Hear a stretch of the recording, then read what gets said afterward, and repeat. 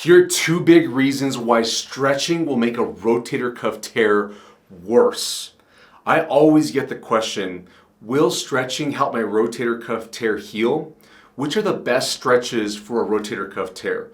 Then I get asked all the time, is this stretch better for a rotator cuff tear, or this one, or how about this one? Hand against the wall and turn away.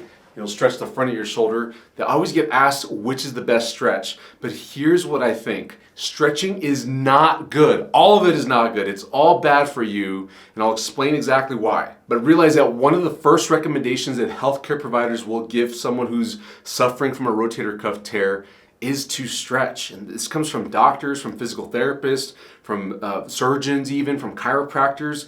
They think that stretching is a good thing, but the reason for this is because they've done it traditionally, and there's no solid research that shows that it's going to help a rotator cuff tear problem.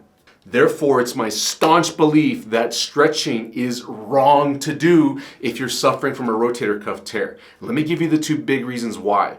The first one is that if a rotator cuff is torn, the edges of the tendon are not together the way they should be. They're coming apart and there's injury there. Just like if you had a tear in your skin because you got cut somehow, you wouldn't be trying to pull the edges of your skin apart and in order to help the skin heal. In fact, people do things like get stitches and do stereo strips. They have little like band-aids that pull the edges of your skin together in order to help it heal better and faster. And there is research behind that. Stitches help. Stitches are a good thing. That's why you need stitches sometimes. But if you have a torn rotator cuff tear, why the heck are we stretching it?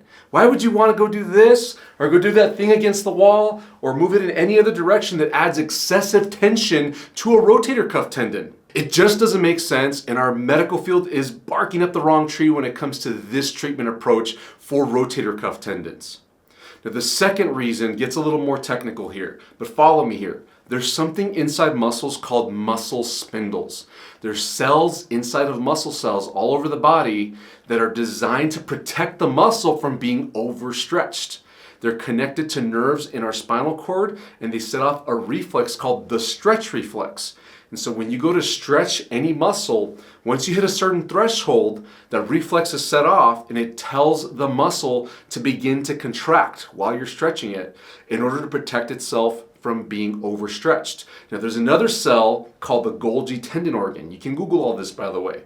It does a similar thing, but it's in the tendon of the muscle. The tendon connects the muscle to the bone. The Golgi tendon organ's job is to check the muscle spindle. So if the Golgi tendon gets too stretched, in an effort to protect the tendon, it shuts the muscle off so that it kind of gives up.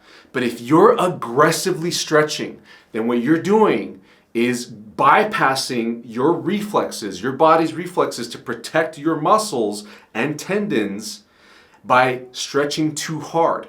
Your body has reflexes to stop you from doing this, and you're just pushing yourself past it unknowingly because you're getting advice from the medical field probably to do this. So if you begin to stretch, your muscle is going to contract, muscle spindle, which is going to further tension your torn tendon. And then if you stretch even harder, you're going to bypass the Golgi tendon organ reflex, which is going to further tension your tendon too. Not a good idea. So why is this so commonly recommended in the healthcare field? Because it's tradition. If you have a shoulder problem, you stretch it. If you have any kind of problem, you just stretch it. That's what everyone in the medical field says, especially physical therapists will tell you to do this. Fitness trainers will tell you to do this. Doctors and surgeons, even surgeons doing rotator cuff tear surgeries, they're doing repairs on rotator cuff tendons, will put it in their protocols after treatment, after surgery, to do stretches. There's not much medical research on this because the medical research out there for rotator cuff tears focuses on using medications, injections, and surgical procedures and surgical hardware, all the different tools that are used in surgery. That's what the bulk of the research is at because that's what's lucrative. But when it comes to figuring out if stretching's beneficial or not, there just isn't much out there when it comes to rotator cuff tears. So as a result, the medical field at large just kind of resumes the traditional thinking, which is if it hurts, stretch it out. If the shoulder's torn, go ahead and stretch it. So think twice about what you're doing. Make sure that it's beneficial for you, that you're actually getting an improvement out of it. And what should you do if you're stretching and you want to do something else? My recommendation is to massage instead. If you massage the muscle that's hurting you, the muscle that's stiff and tight, it will take tension off the tendons because that muscle will relax. You'll help your rotator cuff tear temporarily. You'll get an effect like taking pain medication if you can relax the muscles. It's like taking a muscle relaxer. But if you can consistently keep the muscles relaxed, which massage can help you with that, then it'll put you in position to fix the root muscle imbalances that are leading to too much tension on your rotator cuff tear. That's the other fix that you need to do, is figure out which exercises need to be done, which muscles need to be strengthened in order to correct the root muscle imbalance. I talk all about that here on this YouTube channel. I've got a link down the playlist below here. It's called the Rotator Cuff Tear Help playlist.